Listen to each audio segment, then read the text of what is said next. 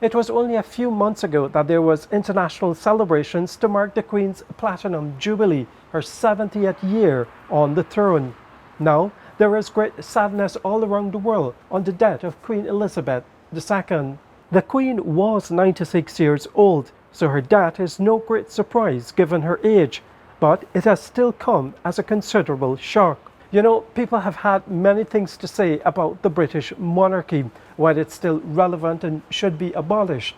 But what has remained constant is the reverence for Queen Elizabeth II. She's always been held in high regard. And so you can understand why this is still a moment of considerable shock. It is not just the death of the longest reigning monarch in British history, it is the end of one of the most remarkable reigns in the more than 1,000-year history of the British monarchy.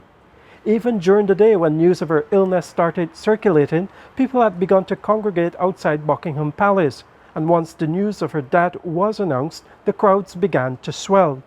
We can expect all sorts of events to celebrate the life of the Queen, and people will be mourning her death in a number of ways. Elizabeth II became Queen in 1952, which means she was on the throne when Guyana gained independence in 1966. The governor at the time of independence, Richard Lute, continued in office until the end of 1966. Thereafter, Queen Elizabeth II appointed Sir David Rose as Governor General, and he served for 3 years.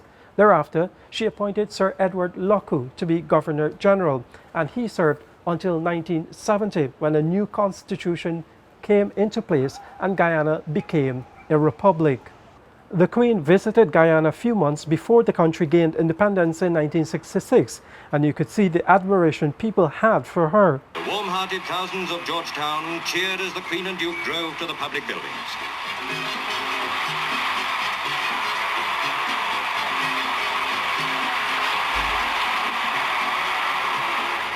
It had been a triumphal progress all the way.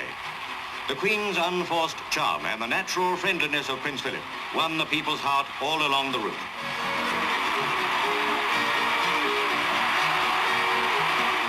There was another surge of enthusiasm when Her Majesty mentioned British Guyana's forthcoming independence next May. Queen Elizabeth visited Guyana again in 1994. 2 years after the country was returned to democracy after decades of rigged elections. In a statement, President Irfan Ali said her visits to Guyana are recalled with great fondness. The president said the death of Queen Elizabeth II marks the end of an era in the history of the British monarchy, the United Kingdom, and the Commonwealth of Nations. He said Queen Elizabeth's place in history is assured and her legacy is intact. According to the President, the Queen's long and impactful reign has helped to shape the post-World War II world.